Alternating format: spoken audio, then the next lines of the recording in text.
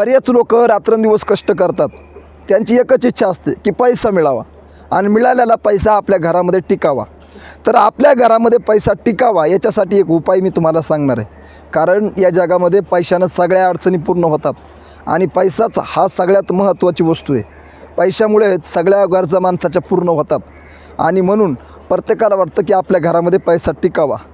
तर मित्रांनो, आजच्या व्हिडिओच्या माध्यमातून मी तुम्हाला आपल्या घरामध्ये पैसा टिकावा याच्यासाठी एक उपाय सांगणार आहे.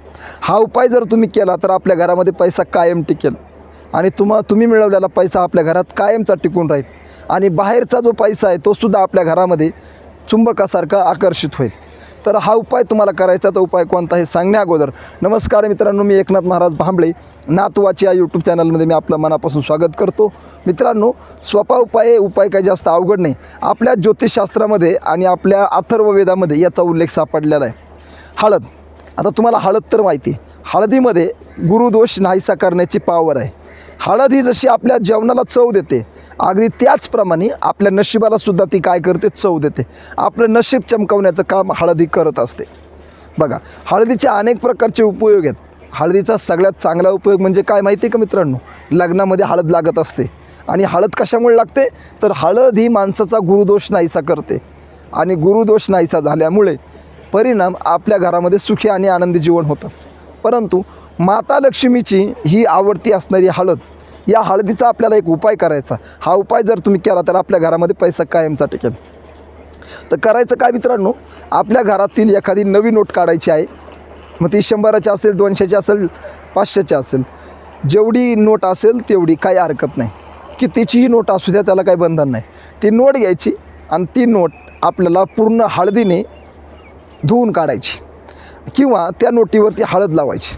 ती नोट पिवळी करून टाकायची आणि ती पिवळी झालेली नोट रात्रभर माता लक्ष्मीच्या मंदिराच्या किंवा माता लक्ष्मीच्या फोटोच्या खाली ठेवायची आणि त्याच्यावरती महालक्ष्मी अष्टक म्हणून, मी ते तुम्हाला सांगितलं, ते स्क्रीनवर पुन्हा दाखवतो. हे महालक्ष्मी अष्टक आपल्याला 108 वेळा त्या नोटेच्या समोर म्हणायचं आहे. आणि हे लक्ष्मी अष्टक झाल्यावरती ती नोट घेऊन आपल्याला आपल्या पाकिटात ठेवायची.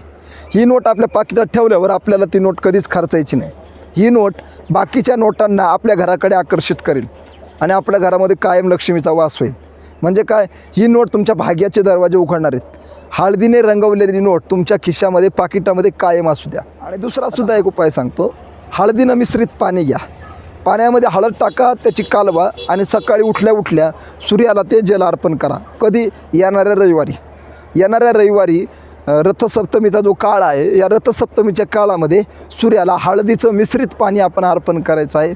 आणि हे जर पाणी आपण अर्पण केलं तर आपल्या घरामध्ये कायम लक्ष्मीचा वास होईल. सूर्य आपल्या मनातली इच्छा पूर्ण करून टाकेल. तर हे सगळे सोपे उपाय आहेत मित्रांनो आणि हे उपाय तुम्हाला नक्की करायचे आहेत. जर तुम्हाला आणखी काही समस्या आणि अडचणी असतील तर आम्हाला कमेंटमध्ये कळवा. नक्कीच आम्ही त्याचे उत्तर देण्याचा प्रयत्न करू. व्हिडिओ कसा वाटला आम्हाला कमेंटमध्ये कळवा आणि व्हिडिओ जर आवडला असेल तर आमच्या यूट्यूब चॅनलला नक्की सबस्क्राईब करा. रामकृष्ण हरी.